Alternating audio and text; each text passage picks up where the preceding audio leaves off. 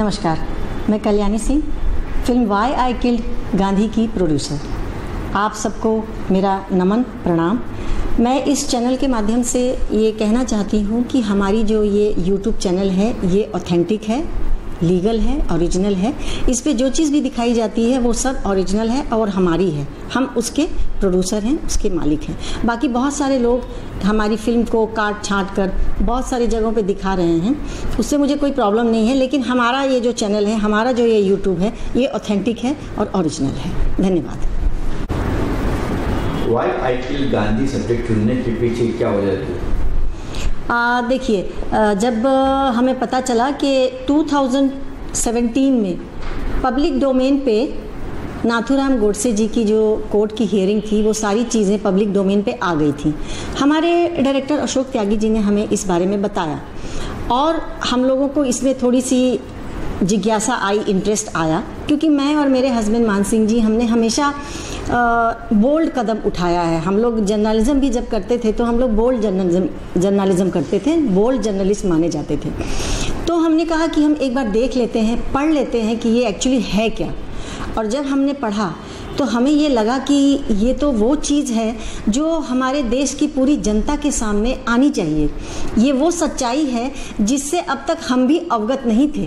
तो जब हमें नहीं पता था तो ऐसे करोड़ों लोग होंगे जिन्हें ये पता नहीं होगा कि नाथूराम गोडसे जी ने गांधी जी को क्यों मारा। वो एक बहुत बड़ा टाइटल जो है अपने आप में एक बहुत बड़ा सवाल है। उस सवाल का जवाब हम अपनी फिल्म के माध्यम से पूरी जनता के सामने लाना चाहते थे। अमोल कोहली ही क्यों चुना नाथूराम गोडसे रोल से? देखिए, क्या है कि आर्टिस्ट बहुत सारे हैं हमारी इंडस्ट्री में और इस तरह के रोल भी कर रहे हैं। लेकिन हमारा जो एक मानना था, और चूँकि मैं महाराष्ट्र में ही पली बढ़ी हूँ, मुझे मराठी भी बहुत अच्छी तरह आती है। मैं बहुत अच्छी मराठी बोलती हूँ। मैं जब मराठी बोलती हूँ तो लोग नहीं पहचान पाते कि मैं महाराष्ट्रियन हूँ या नॉर्थ इंडियन हूँ। तो हमें एक ऐसा कैरेक्टर चाहिए था, क्योंकि कैरेक्टर नाथूराम गोडसे का था और नाथूराम गोडसे जी खुद भी महाराष्ट्रियन थे। तो हमें एक ऐसा आर्टिस्ट चाहिए था कि जब वो बोले तो उसकी डिक्शन में मराठी का भाव, मराठी का डिक्शन आए। और इसलिए हमने अमोल कोहली जी का चयन किया, क्योंकि मैंने उनका शिवाजी सीरियल मैंने देख लिया था और मुझे उनकी एक्टिंग और उनका जो डायलॉग डिलीवरी था वो बहुत ही मुझे पसंद आया था। और मुझे कोर्ट का जो सीक्वेंस था हमारा, नाथूराम गोडसे जी का जो मेनली जो है वो कोर्ट का ही सीक्वेंस था। उस सीक्वेंस के लिए एक ऐसे आर्टिस्ट की ज़रूरत थी जो मराठी के डिक्शन को बोलते हुए धारा प्रवाह में बात करे और कहीं भी रुके नहीं, कॉमा, फुल स्टॉप, ये सारी चीज़ें लगाते हुए नॉन स्टॉप अपने डायलॉग को बोले और अपने एक्टिंग को उस तरह से दिखाए और उसको प्रदर्शित करे। और मुझे खुशी है कि अमोल कोहली जी का सिलेक्शन जो हमने किया वो बिल्कुल सही था और उन्होंने अपने कैरेक्टर को, नाथूराम गोडसे के कैरेक्टर को भली भांति जीवंत किया और बहुत अच्छा प्ले किया है उन्होंने। इतनी पॉलिटिकल इशू होंगे आपने सोचा था? इस लेवल तक का होगा ये नहीं सोचा था, लेकिन इस बात के लिए तो हम प्रिपेयर थे कि यस, क्या होता है ना, सच जो होता है बहुत कड़वा होता है और सच लोग बहुत जल्दी बर्दाश्त नहीं कर पाते, उसको एक्सेप्ट नहीं कर पाते। तो हमें पता था कि ये जो है ये एक सच्चाई है जो सारी दुनिया से छुपा कर रखी गई थी और हम उसे दिखाने का एक बहुत बड़ा बोल्ड स्टेप ले रहे हैं। और इसमें शायद बहुत सारी रुकावटें आएंगी और उन रुकावटों के लिए हम प्रिपेयर्ड थे, क्योंकि हमें पता था कि रुकावटें आएंगी, क्योंकि ये एक बहुत बड़ा सच्चाई को पूरे देश के सामने लाने वाली बात थी। लोग सुप्रीम कोर्ट तक पहुंच गए, आपकी क्या तैयारी थी? सुप्रीम कोर्ट तक पहुंच गए, क्यों पहुंचे मैं यही नहीं समझ पाई कि क्यों सुप्रीम कोर्ट तक पहुंच गए। जो पॉलिटिकल इश्यूज भी हुए, जो पूरे महाराष्ट्र में, पूरे देश में जो मोर्चा निकाला गया, जो इसके बारे में बोला गया, मैं नहीं समझ पाई कि लोगों ने ऐसा क्यों किया।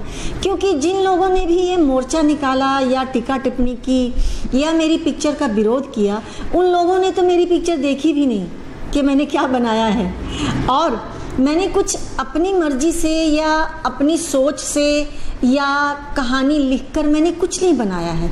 जो कुछ भी दिखाया है हमने, वो सारी चीज़ें ब्लैक एंड वाइट में नाथूराम गोडसे जी के बयान में, कोर्ट में जो उन्होंने दिया, और उनका जो बयान कोर्ट में मौजूद है, जो पब्लिक डोमेन पे मौजूद है, उनके सिग्नेचर के साथ, उनके हस्ताक्षर के साथ उस चीज़ को हमने दिखाया। इसके बावजूद भी कुछ लोग होते हैं जिनको अननेसेसरी पब्लिसिटी की बहुत ज़रूरत होती है। जिन्होंने ये सुप्रीम कोर्ट में फ़ाइल किया, शायद उनको बोलते हैं ना बहती गंगा में हाथ धोना, शायद उनको पब्लिसिटी की बहुत ज़रूरत थी, इसलिए उन्होंने वहाँ फ़ाइल किया और वहाँ पे उन्हें मुँह की खानी पड़ी। वहाँ पे सुप्रीम कोर्ट ने सिरे से उनके पिटीशन को खारिज कर दिया। एक सवाल यहाँ उठता है कि कहानी कमी नहीं है, फिर नाथूराम गोडसे की कहानी आपने क्यों चुनी? आपने सही कहा कि कहानी की कमी नहीं है, फिर हमने ये कहानी क्यों चुनी? जब हमने अपनी पहली इंडिपेंडेंट फिल्म बनाई थी गुनहगार, उस वक्त भी जब हमने कहानी सेलेक्ट की थी, वो भी एक बहुत ही बोल्ड सब्जेक्ट था। उस वक्त पहली बार जो टेररिस्ट थे वो खुद अपने मस्जिद में उन्होंने जाकर शरण ली थी और मस्जिद को कैप्चर कर लिया था। मस्जिद में घुस के वहाँ के जो मौलाना थे उनका मर्डर कर दिया था, उनका वध कर दिया था, और वहाँ उन लोगों ने मस्जिद को अपने अंडर में ले लिया था। चरारे शरीफ का जो दरगाह था उस पे उन्होंने अपना कब्ज़ा जमाया था और बहुत उत्पात मचाया था उन्होंने उस वक्त। वो भी अपने आप में एक बहुत बोल्ड सब्जेक्ट था। मैं नहीं समझती कि किसी ने उस वक्त उतना बोल्ड कदम उठाया था। हम तो बहुत नए थे, हमने अपनी करियर की शुरुआत की थी। उस करियर के शुरुआत में हमने वो उतना बड़ा बोल्ड सब्जेक्ट चुन लिया था। तो अभी तो हम लोगों के पास काफ़ी एक्सपीरियंस है और काफ़ी फिल्में हम बना चुके हैं, और मैं और मेरे हस्बैंड हमेशा कुछ अलग, कुछ नया, कुछ बोल्ड करने की कोशिश करते हैं, और उस कोशिश में हमारा एक ये भी प्रयास था। आपकी नज़र में एक हत्यारा हीरो कैसे हो सकता है? हत्यारा कौन कहता है कि हत्यारा तो पूरा देश इसलिए कहता है क्योंकि देश को सच्चाई पता ही नहीं है, लोगों तक सच्चाई आई ही नहीं है। वाई आई किल्ड गांधी, ये अपने आप में एक बहुत बड़ा क्वेश्चन है, क्वेश्चन मार्क है। लोगों को ये जानना चाहिए। इस नाम से तो बुक भी है कि वाई आई किल्ड गांधी, लोगों ने इस बुक को पढ़ा भी है, इजीली अवेलेबल है ये बुक स्टॉल पे, या आप ऑनलाइन मंगाते हो, ऑनलाइन से भी आपके पास आ जाता है। तो लोगों को जब तक चीज़ों का आभास नहीं होगा, जानकारी नहीं होगी, तब तक आप कैसे कह सकते हो कि वो हत्यारा है या क्या है। हाँ, ये बात ज़रूर है कि उन्होंने ये भी कहा, नाथूराम गोडसे ने अपने बयान में, कि जब मैंने गांधी जी का वध किया तो मुझे अच्छी तरह पता था कि मुझे फांसी पे चढ़ा दिया जाएगा। तो ये बात तो वो जानते थे, लेकिन वो इस बात को भी समझते थे कि मैंने गन क्यों उठाया, मैंने हत्या क्यों किया। इस बात का उन्होंने बखूबी जवाब दिया है, पूरे तथ्य के साथ। आप देश को इस फिल्म के माध्यम को गुमराह तो नहीं कर रही हैं? बिल्कुल नहीं, मैं देश को बिल्कुल गुमराह नहीं कर रही हूँ। मैं तो देश को उस सच्चाई से अवगत कराने की कोशिश कर रही हूँ जो अब तक कहीं पन्नों में दबा हुआ था, जो पन्नों में दबा हुआ था और धूल चाट रहा था। मैं तो ये कहूँगी कि थैंक्स उस लॉ का, उस कानून का, जिसके तहत ये 2017 में जो ये पब्लिक डोमेन पे मुहैया कराई गई और ये आर्काइव में अवेलेबल कराया गया। इस चीज़ के लिए तो मैं गवर्नमेंट का धन्यवाद करती हूँ और मैं तहे दिल से शुक्रिया भी करती हूँ कि अगर ये 2017 में पब्लिक डोमेन पे ना आया होता तो मुझे भी इस बात की जानकारी नहीं होती कि नाथूराम गोडसे ने गांधी जी का वध क्यों किया और सच्चाई क्या थी और कैसे थी, क्या हुआ, कैसे हुआ। वो सारी चीज़ों से आज पब्लिक भी वंचित रह जाती है। ऐसा क्यों लगता है कि आप गांधी जी के आज़ादी में योगदान से खुश नहीं हैं? नहीं, ये बिल्कुल गलत बात है, ये बिल्कुल गलत बात है। मैं तो बापू की बहुत बड़ी फॉलोअर हूँ और मैं ये जानती हूँ कि गांधी जी ने जो अहिंसा का मार्ग अपनाया था, उनका वो गाना मैं बचपन से गाती आ रही हूँ कि दे दी हमें आज़ादी बिना खड़ग बिना ढाल। साबरमती के संत तूने कर दिया कमाल। ये तो गाना मैं बचपन से गाती हूँ और ये मेरा फेवरेट गाना है। सिर्फ ये गाना नहीं है, मैं गांधी जी के सारे जो हिस्ट्री में हमें पढ़ाए गए हैं वो मेरा दिलचस्प सब्जेक्ट हुआ करता था। तो आप ऐसा ना कहें कि मैं उनके ख़िलाफ़ हूँ, मैं बिल्कुल उनके साथ हूँ। लेकिन क्या होता है ना कि कुछ दूर तक चलने के बाद आपको आभास होता है कि आपके साथ चलने वाला जो कैरेक्टर आप समझ रहे थे उससे थोड़ा अलग भी है, थोड़ा जुदा भी है, थोड़ा डिफरेंट भी है। तो यही बात नाथूराम गोडसे जी ने भी गांधी जी के साथ महसूस की, जबकि नाथूराम गोडसे जी भी उनके फॉलोअर थे, उनके फॉलोअर रह चुके, इसलिए उस चक्कर में वो जेल की हवा भी खा चुके थे नाथूराम गोडसे जी। लेकिन इसके बावजूद अगर उन्होंने ये कदम उठाया तो उसकी क्या वजह रही, वो जब आप पिक्चर देखेंगे आपको भली भांति इसका आभास हो जाएगा। फिल्म बनाते समय या रिलीज करते समय क्या परेशानी हुई? बहुत सारी परेशानियां थी। हर फिल्म के साथ परेशानी आती है। अगर फिल्म के साथ परेशानी ना आए तो आपकी एक यादगार चीज़ें उससे नहीं जुड़ पाती। और हमारी इस फिल्म के साथ हमारी बहुत सारी यादें जुड़ गईं और अभी भी जुड़ती जा रही हैं। मैं इसलिए इस फिल्म का बहुत ज़्यादा शुक्रगुजार हूँ, या मुझे फ़ख्र है कि मैंने ये फ़िल्म बनाई है। और फिल्म बनाने के बाद लोगों को ये तो पता चला कि कल्याणी ने और मान सिंह ने एक बोल्ड कदम उठाया और वो सब्जेक्ट चुना जिससे आज सारी पब्लिक अनभिज्ञ थी, अवगत नहीं थी, अनअवेयर थी। क्या लगता है जनता कमर्शियल फिल्म छोड़कर इस तरह की फिल्म को देखेगी? बेशक लोग देख रहे हैं, देखना चाह रहे हैं। और हर आदमी कमर्शियल फिल्म नहीं देखता। कमर्शियल फिल्म देखने वालों को भी थोड़ा अलग हट के चीज़ें देखने का शौक़ होता है। हम एक ही खाना रोज़ रोज़ खाते रहें तो आपका मन ऊब जाएगा। कभी आपको चटनी, प्याज और सूखी रोटी में भी स्वाद आ जाता है। मैं समझती हूँ हमारी ये फिल्म लोगों के लिए वही है। आपकी फिल्म यूट्यूब पर कब देखने को मिलेगी? बहुत जल्द हमारी ये फिल्म हमारे दर्शकों के सामने यूट्यूब पे आएगी और मुझे इस बात की खुशी भी होगी कि मैं अपने दर्शकों तक, घर घर तक, उनके हर क्षण, उनके फ़ोन में, उनके मोबाइल में, उनके कंप्यूटर में, उनके साथ उनके अपनी इस फिल्म के द्वारा जुड़ जाऊँ। महात्मा गांधी के अनुयायी जो इस फिल्म का विरोध कर रहे हैं उनके लिए क्या संदेश है? उनके लिए सिर्फ यही संदेश है कि प्लीज़ पिक्चर पहले देख लीजिए, फिर जो भी टीका टिप्पणी कीजिए, जो भी टीका टिप्पणी करनी है आप कीजिए। पहले एक बार फिल्म तो देखिए। मैं हाथ जोड़ के रिक्वेस्ट कर रही हूँ, मेरी फिल्म देखिए और देखने के बाद आपको क्या लगता है, क्या क्वेश्चन होनी चाहिए, क्या सवाल होने चाहिए आपके मुझसे, मैं आपके सारे सवालों का जवाब दूँगी। धन्यवाद। आपने यही सब्जेक्ट क्यों चुना? सवाल है कि मैंने ये विषय क्यों चुना जो आज वाई आई किल्ड गांधी और हिंदी में कहा जा रहा है मैंने गांधी को क्यों मारा। ये एक टाइटल दिया गया है फिल्म को, क्योंकि फिल्म को जो भी टाइटल दिया जाता है वो ये ध्यान में रख के दिया जाता है कि वो दर्शकों की रोचकता को वो आकर्षित कर सके, उस टाइटल के प्रति दर्शकों का आकर्षण हो। मूलतः जो हमारा विषय है वो बहुत ही क्लिष्ट भी है और कठिन भी है, और अगर हम उस विषय को उसके अनुसार ही उसका टाइटल दे देते तो शायद दर्शकों की रुचि उसमें उतनी नहीं हो पाती जितनी आज दर्शकों की इस फिल्म में रुचि हो गई है। तो सबसे पहले हम बात करेंगे भारतवर्ष की। भारतवर्ष का जो सभ्यता है भारत की, वो अंग्रेज़ों के हिसाब से सिंधु घाटी से शुरू होती है। सिंधु घाटी और हड़प्पा, जो उन्हीं के अनुसार कम से कम नहीं तो आज से 7000 साल पहले के उसके जो अवशेष मिले हैं उनकी आयु आज से 7000 साल पहले की लगाई जा रही है।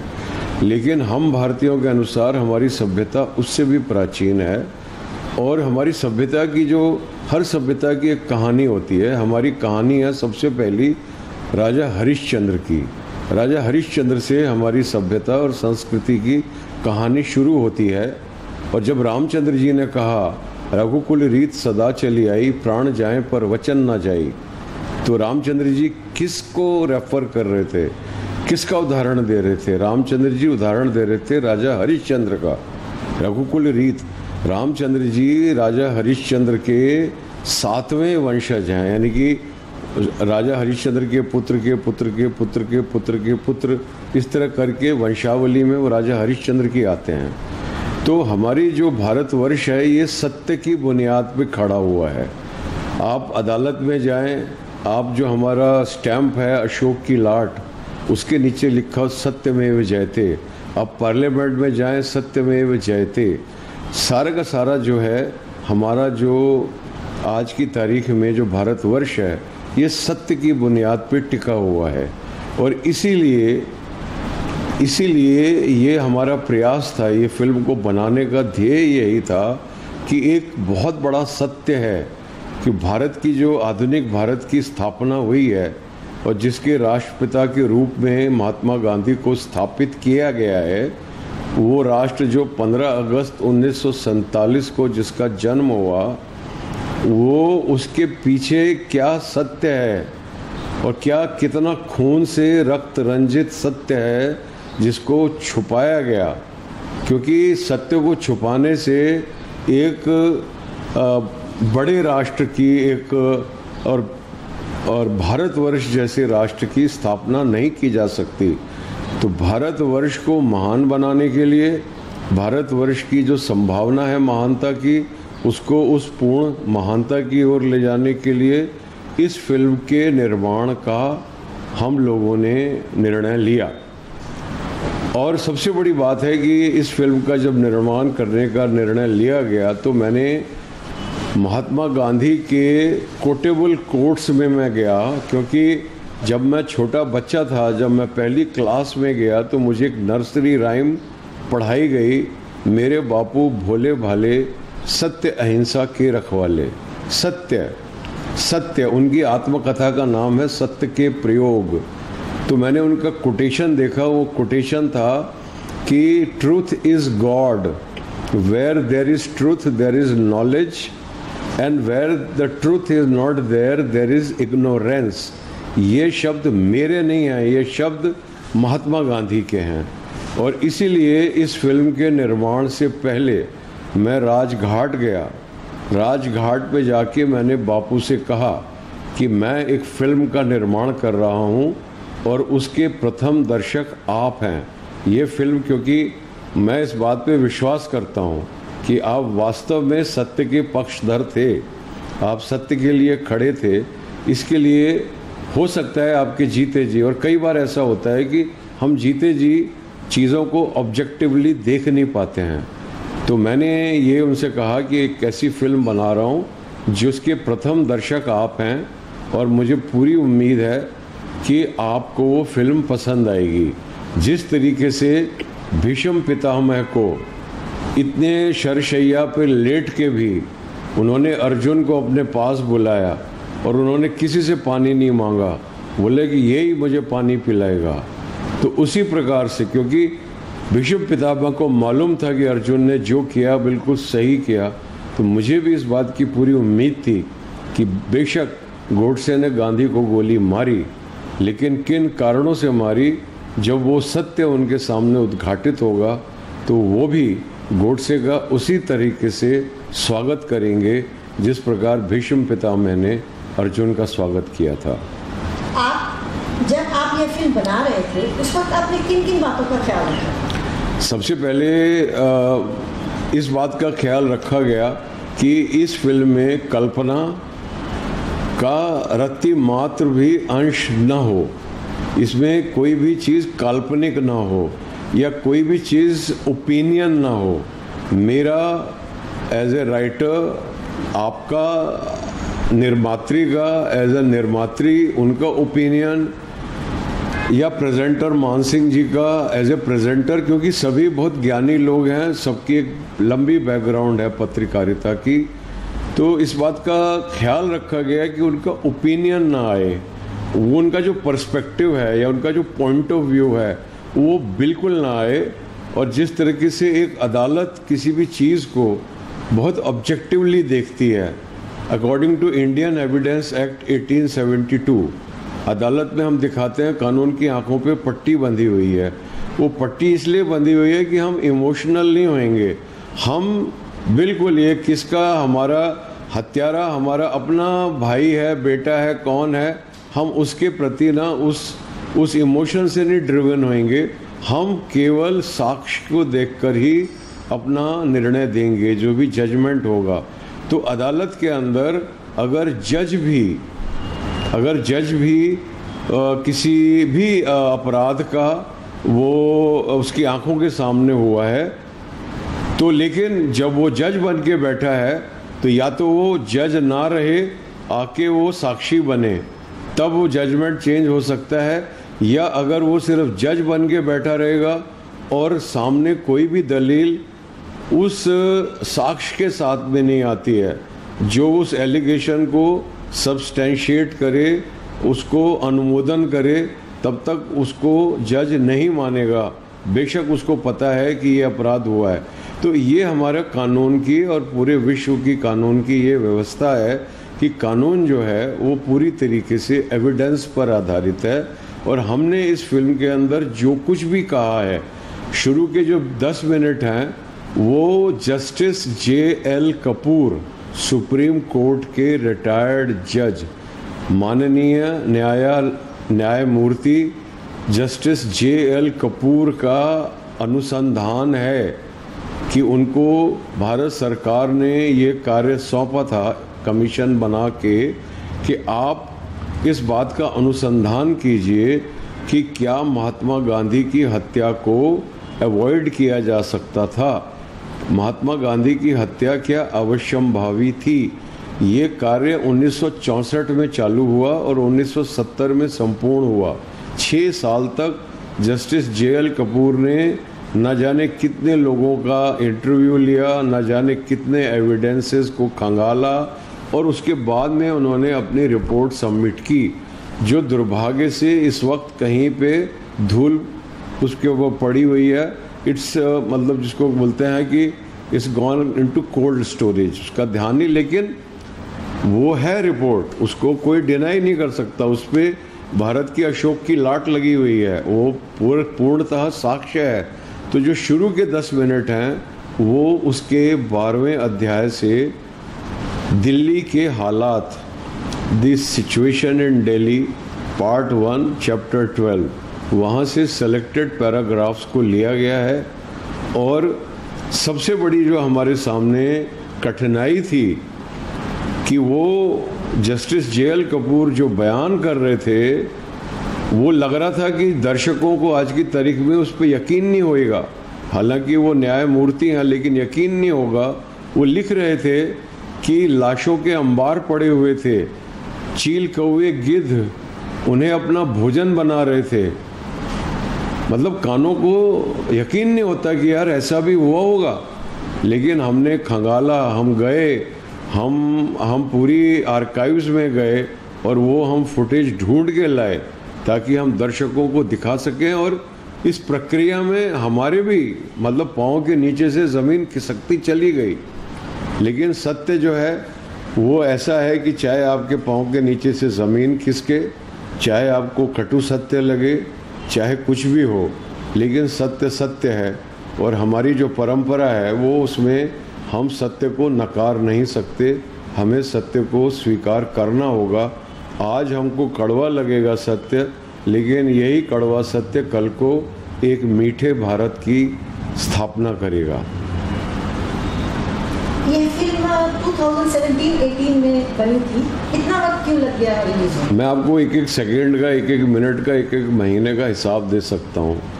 ये 2017 में एक कमीशन नियुक्त हुआ है, एक राइट टू इन्फॉर्मेशन एक्ट है जिससे सब लोग परिचित हैं। राइट टू इन्फॉर्मेशन एक्ट है। उस एक्ट के द्वारा कोई भी कॉमन मैन, कोई भी सरकार के किसी भी गोपनीय दस्तावेज़ को अपनी जानकारी के लिए राइट टू इन्फॉर्मेशन के अंदर हमने भारत के नागरिकों को 2001 में ये एक्ट पास किया है। और इस एक्ट के अंतर्गत एक कमीशन की स्थापना की गई, सेंट्रल इंफॉर्मेशन कमीशन। इस सेंट्रल इंफॉर्मेशन कमीशन ने फरवरी 2017 में आदेश दिया, मैं पारित भी नहीं कहूँगा, it ordered the National Archives and everybody in general कि नाथूराम गोडसे के जो उसने बयान दिया था अदालत में गांधी मर्डर ट्रायल में, उस बयान को पब्लिक डोमेन में लाया जाए, ये कमीशन का आदेश है। इस कमीशन का आदेश आने के बाद ही हमने इस फिल्म की शूटिंग की, क्योंकि ये कमीशन का आदेश था। और हमने फिल्म को जे.एल. कपूर के बयान और नाथूराम गोडसे के अदालत में दिए गए बयान तक ही सीमित रखा। हालांकि हमारे पास में पूरी इस बात की संभावना थी कि हम नाथूराम गोडसे की फांसी तक कहानी को ले जाते और उससे पहले की भी क्या कहानी कहते, लेकिन उसमें कल्पना का प्रयोग करना पड़ता। और आज हम कटघरे में खड़े होते कि हमसे कहा गया होता कि ये आपका ओपिनियन है या आपकी कल्पना है। आज ऐसी हालत है कि लेफ्टिस्ट इंटेलेक्चुअल्स ये सत्य को बोल रहे हैं कि ये असत्य है। तो आज तो उनकी पोल मेरी आंखों के सामने पूरी तरह खुल रही है कि कटु सत्य उनके सामने रखा हुआ है और वो बोल रहे हैं कि ये असत्य है। तो 2017 में फिल्म की शूटिंग हुई और जो फिल्म की शूटिंग में जो कमेंट्री रिकॉर्ड हुई और जो नाथूराम गोडसे का बयान रिकॉर्ड हुआ, उसके लिए साक्ष्य इकट्ठे करने में और खंगालने में, फिर उनको एडिट करने में तकरीबन 6 महीने का वक्त लगा। ऐसे करते कराते ये फिल्म जो थी, फिर उसको DI के द्वारा उसको डिजिटली अपग्रेड किया गया जितना किया जा सकता है। फिल्म को एक बैकग्राउंड म्यूज़िक दिया गया। और सबसे बड़ी बात है कि ये किसी को जो फिल्म के लेफ्टिस्ट लोग क्रिटिसाइज़ कर रहे हैं, उनके कानों में पता नहीं शीशा पड़ा हुआ है कि क्या पड़ा हुआ है, कि पूरा का पूरा जो बैकग्राउंड म्यूज़िक है वो पूर्णतः गांधीवादी है। बैकग्राउंड म्यूज़िक में वैष्णव जन, वंदे मातरम, इस प्रकार का म्यूज़िक से वो उसका बैकग्राउंड आधारित है। और जो फिल्म का टाइटल सॉन्ग है, ये दाग दाग उजाला, ये शब गदीजा शहर, ये कल्याणी सिंह जी के, मान सिंह जी के या अशोक त्यागी के लिखे हुए लिरिक्स नहीं हैं। हालांकि मान सिंह जी बहुत बड़े एक कवि हैं अपने आप में, लेकिन ये शब्द हैं फैज़ अहमद फैज़, जो मिर्ज़ा गालिब के बाद में उर्दू शायरी के सबसे बड़े शायर माने जाते हैं और जिनको पाकिस्तान के राष्ट्र कवि के रूप में स्थापित किया गया है। जिस प्रकार मैथिली शरण गुप्त भारत के राष्ट्रीय कवि हैं, उसी प्रकार फैज़ अहमद फैज़ पाकिस्तान के राष्ट्रीय कवि हैं। वो कहते हैं ये इंतज़ार था ये वो सहर तो नहीं, सहर का मतलब सवेरा, कि हम जिस सवेरे की तलाश में निकले थे ये वो सवेरा नहीं है। तो वो उनका बयान है। और पिक्चर के एंड में एक हमारे भारतीय शायर हैं अजमल सुल्तानपुरी, उन कहते हैं कि ना बांग्लादेश ना पाकिस्तान, वो पूरा पूरा हिंदुस्तान, मेरा दिल उसे ढूंढ रहा है, मेरा दिल उसे ढूंढ रहा है। ये अजमल सुल्तानपुरी आज 80s में है, अपने एक भारतीय आम मुसलमान। तो ये कोई फिल्म हिंदुत्व की पिक्चर नहीं है। फैज़ अहमद फैज़ कोई हिंदुत्व, और जिस वक्त भारत का बंटवारा हुआ उस वक्त हिंदुत्व की नहीं चल रही थी, उस वक्त कोई जानता भी नहीं था हिंदुत्व क्या होता है। ये तब उस वक्त की बात है, ये कटु सत्य है। पर मुझे देखकर बड़ी हैरानी हो रही है और कि हमारे जो इंटेलेक्चुअल हैं वो इतने बिगॉटेड हैं, वो इतने ज़्यादा अपने ओपिनियन में घुसे हुए हैं, इतने अहंकारी हैं कि वो वहाँ से बाहर निकल के नहीं आ रहे उनके सामने। लेकिन मैं भारत की आम जनता को प्रणाम करता हूँ, नतमस्तक होता हूँ कि उन्होंने इस फिल्म को हाथों हाथ ले लिया है। ये आज ये फिल्म ना कल्याणी सिंह जी की रह गई है, ना मान सिंह जी की रह गई है, ना अशोक त्यागी की रह गई है। This film has become the film of the people of India and we are not stopping anybody. लोगों ने इस फिल्म को देखा, डाउनलोड किया, उसके खंड खंड किए, टुकड़े टुकड़े निकाल के व्हाट्सएप पे जाम हो गए। इतनी बार फॉरवर्ड हुए कि अब और ज़्यादा फॉरवर्ड नहीं होते, वायरल हो गए हैं। किसी ने अपने यूट्यूब पे डाला हुआ है, किसी ने अपने फेसबुक पे डाला हुआ है। लेकिन निर्माता और हम इस बात का बिल्कुल भी बुरा नहीं मान रहे, क्योंकि हम एक सत्य को पूरे देश के सामने लाना चाहते थे। पहले देश के सामने, फिर पूरी दुनिया के सामने। वो जाएगा स्टेप बाय स्टेप। तो इस प्रकार से मैं कहना चाहता हूँ कि आज ये फिल्म ना तो कल्याणी सिंह जी की फिल्म रह गई है, ना मान सिंह जी की फिल्म रह गई है, और अशोक त्यागी की तो कभी थी ही नहीं फिल्म। इसलिए मैंने बड़े संकोच के साथ निर्देशक में अपना नाम डाला। एक्चुअली मेरा नाम सिर्फ संपादक के रूप में होना चाहिए, क्योंकि मैंने उसमें कुछ डायरेक्शन नहीं है।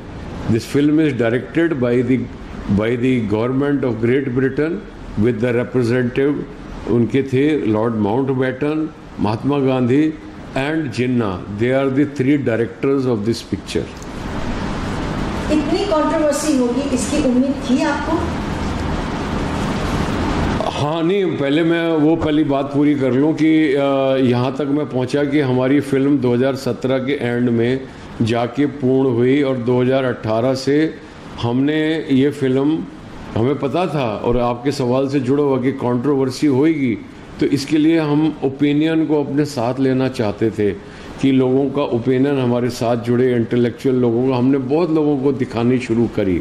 2018 पूरी इसी प्रक्रिया में निकल गया, और 2019 में चुनाव घोषित हो गए। फिर चुनाव घोषित हो गए तो साध्वी प्रज्ञा ने बोला कि नाथूराम गोडसे एक देशभक्त थे। माननीय प्रधानमंत्री ने तुरंत उसको खंडित किया और उसको अपने शब्द वापस करने के लिए कहा, और साध्वी प्रज्ञा ने क्षमा प्रार्थना की और अपने शब्द वापस लिए। लेकिन प्रधानमंत्री जी ने कहा सारी दुनिया इनको माफ़ कर सकती है, लेकिन मैं कभी इनको माफ़ नहीं करूँगा। वो एज ए टीम हमारे लिए एक बहुत बड़ी चेतावनी थी कि आज इस फिल्म के अगेंस्ट में हमको पता था कि जो लेफ्टिस्ट हैं और जो कांग्रेस है पर्टिकुलरली, और जो वो सारी पार्टियां, समाजवादी, बसपा और नेशनलिस्टिक कांग्रेस पार्टी या तृणमूल कांग्रेस या जो भी गांधीवाद से प्रेरित हैं, वो सारी पार्टियां इस पिक्चर का विरोध करेंगी। लेकिन हमको उस विरोध का सामना जो हमारी आज सत्तारूढ़ पार्टी है और जो सत्तारूढ़ पार्टी के पीछे जो थिंक टैंक है आरएसएस, वो भी हमारी पार्टी को सपोर्ट, वो भी हमारी फिल्म को सपोर्ट नहीं करेगा। ये हमारे लिए काफ़ी एक ऐसा विषय था जिस पे चिंता करना बहुत आवश्यक था। उसके बाद में गांधी जी के 150वीं उनके साल के 150वें चालू हो गए 2019 से लेके 2020 तक। तो जब वो पूरा देश और पूरा सिस्टम उसमें लगा हुआ है, तो उस टाइम पे पिक्चर रिलीज़ करना बिल्कुल भी सही नहीं लग रहा था।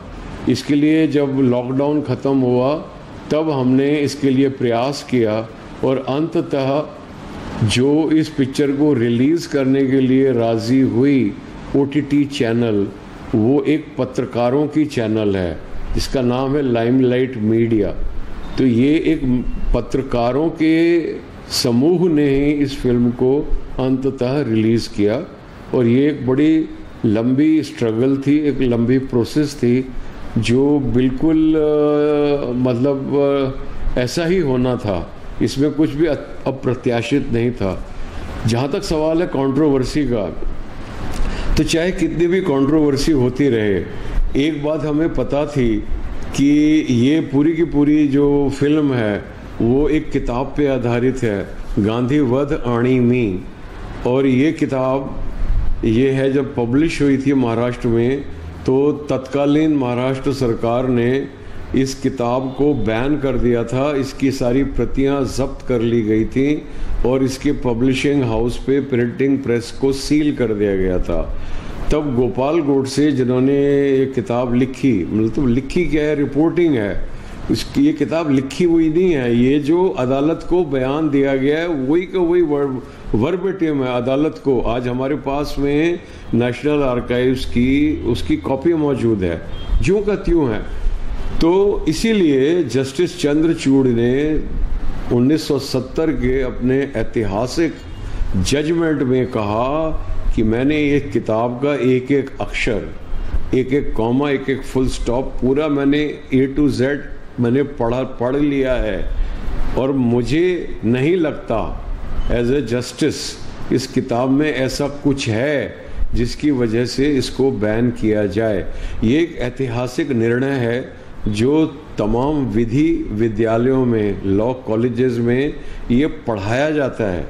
और उसके बाद में मी नाथूराम गोडसे बोलते हुए वो ड्रामे के ऊपर बहुत उपद्रव हुए महाराष्ट्र के अंदर, और 2001 में पुनः जस्टिस चंद्रचूड़ ने उस प्ले को क्लियर किया। उन्होंने नहीं, सुप्रीम कोर्ट ने क्लियर किया। तो ये सारी की सारी बातें जो हैं वो विधि के विद्यालयों में, और जितने भी जज हैं आज हमारे, वो सारे विधि के विद्यालयों में पढ़ के आए हैं, उनको पहले से ही मालूम था। इसीलिए किसी ने इस फिल्म के अगेंस्ट में 30 तारीख को पिक्चर रिलीज थी और 31 में एक को हियरिंग थी, और तो माननीय सुप्रीम कोर्ट ने इस याचिका को एंटरटेन करने से ही इनकार कर दिया, क्योंकि उनको पहले से ही पता है कि ये फिल्म जो है वो पूर्णतः जिस पुस्तक के ऊपर आधारित है, उस पुस्तक को दो न्यायालयों ने, हाई कोर्ट ने, सुप्रीम कोर्ट ने पहले ही क्लियर किया हुआ है। तो ये जो कंट्रोवर्सी हो रही है, इससे एक चीज निकल के आ रही है कि हम कितने अज्ञानी हैं।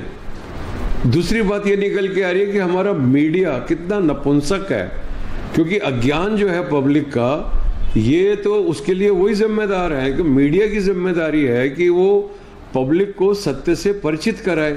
हर साल 30 जनवरी को हर न्यूज़ चैनल में कार्यक्रम होता है कि गांधी जी को क्यों मारा गया। तो गांधी, ये जो किताब ये तो निकली हुई थी, इसको क्यों नहीं डिस्कस करते थे उसके अंदर? They should have discussed. अगर ये पहले से ही हो रहा होता तो ये जितनी भी हाय तौबा मची है बिना किसी मतलब के, मतलब उसके पीछे कोई, आप किसी भी बात पे हाय तौबा मचा सकते हैं, आप किसी भी बात पे बोल सकते हैं कि ये मेरी भावनाओं को आहत कर गया, ये मेरे को बुरा लग गया। अरे अगर सत्य आपकी भावनाओं को आहत कर रहा है, बुरा लग रहा है, तो आपको किसी और देश में होना चाहिए। भारतवर्ष के अंदर तो संविधान यही कहता है कि सत्य को ही प्रकाशित किया जाएगा, सत्य को ही लिया जाएगा, चाहे हमारी राजनीति हो, चाहे हमारा न्यायालय हो, और चाहे हमारी पार्लियामेंट हो, और चाहे हमारा पत्रकारिता हो। दुर्भाग्य है, पत्रकारों का काम गांधी जी का पक्ष लेना नहीं था। पत्रकारिता का जो पहला नियम है कि वो reporting will be objective, it will report both sides of the story. I am sorry to say this has not been done till today. इस तरह की फिल्म और भी बनाई है ऐसे बोल्ड सब्जेक्ट लेकर? जी, मेरी जो पहली फिल्म थी, जिस फिल्म से मैंने फिल्म उद्योग में कदम रखा, उसका नाम है सुर्खियाँ। उस फिल्म का जो कथानक है वो ये है कि एक पब्लिशर है, क्योंकि वो पिक्चर 1985 में आई थी, आज से 37 साल तकरीबन पहले। तो उसके अंदर तब प्रिंट मीडिया था, इलेक्ट्रॉनिक मीडिया नहीं था। तो उसमें दिखाया गया कि एक पब्लिशर है समाचार पत्र का, उसका समाचार पत्र चल नहीं रहा, और वो एक बहुत बड़ा व्यवसायी है, उसका समाचार पत्र चल नहीं रहा है। तो वो समाचार पत्र को चलाने के लिए वो खुद ही न्यूज़ को फैब्रिकेट करता है, अपराध की कहानियों को, और खुद ही उनको पब्लिश करता है। और चूँकि वो उनको खुद ही फैब्रिकेट कर रहा है, तो वो सबसे पहले उनको छाप देता है। और चूँकि उसके अखबार में ऐसी कहानियाँ छपती हैं जो दूसरे अखबारों में नहीं हैं, तो उसका जो अखबार है वो दूसरे अखबारों से ज़्यादा बिकने लग जाता है। इस पे वो कहानी आधारित थी, जिसको आज बोला जाता है फेक न्यूज़। उसकी मैन्युफैक्चरिंग के ऊपर वो कहानी थी। और चूँकि पत्रकारिता एक बहुत ही प्रतिष्ठित समाज का, आज हमारे राजकीय व्यवस्था का चौथा स्तंभ उसको माना जाता है, तो इस पे सेंसर ने इस पे ऑब्जेक्शन लिया था कि ये ऐसे करके कहानी है। लेकिन वहाँ पर भी मैंने जितने भी वाद विवाद हुए उनमें भाग लिया, और अंततः फिल्म बिना किसी कट के एडल्ट सर्टिफिकेट के साथ में पास की गई। इसके बाद में अंधेरगर्दी फिल्म आई, और तब उसमें उस टाइम पे बोफोर्स का विवाद खड़ा हो गया था। और बोफोर्स में ये था कि राहुल गांधी के ऊपर चोर का वो लगा था कि वो चोर हैं। और फिल्म के अंदर संवाद है कि क्या हो गया तेरी कोख को माँ, पहले तू जवाहरलाल पैदा करती थी, लाल बहादुर पैदा करती थी और आज दलाल पैदा करती है। पर तेरा क्या दोष, तेरे सभी लाल हैं, चाहे जवाहरलाल हो चाहे दलाल हो।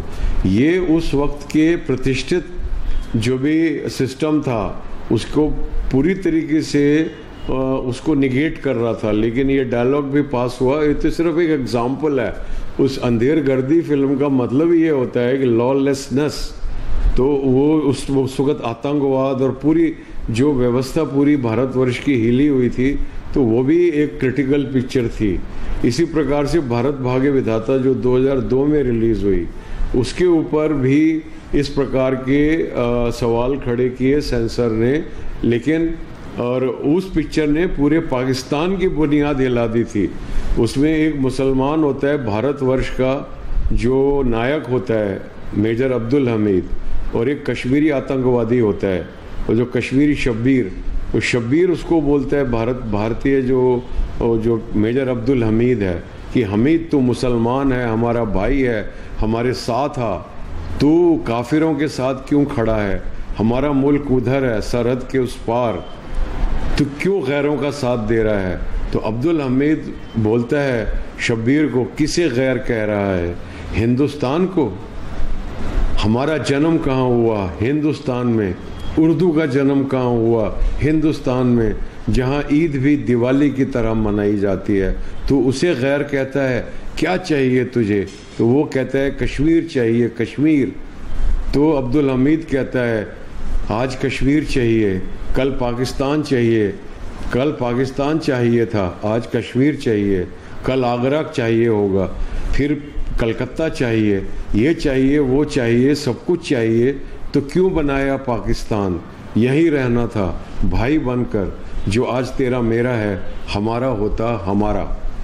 तो अशोक त्यागी क्रांतिकारी बातें आज पहली बार नहीं कर रहा है, वो करता आया है।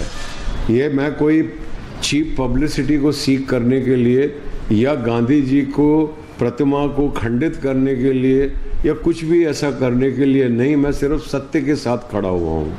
प्रतिमाएं खंडित हुई हैं इतिहास में, वो उसके लिए बारे में कुछ नहीं कहा जा सकता। लेनिन की प्रतिमा खंडित हुई, स्टालिन की प्रतिमा खंडित हुई, हिटलर कितना प्रतिष्ठित हो गया था, सेकेंड वर्ल्ड वॉर में जर्मनी का वो रूलर था, उसकी प्रतिमा खंडित हुई। प्रतिमाएं बनती हैं और खंडित होती हैं, उसके बारे में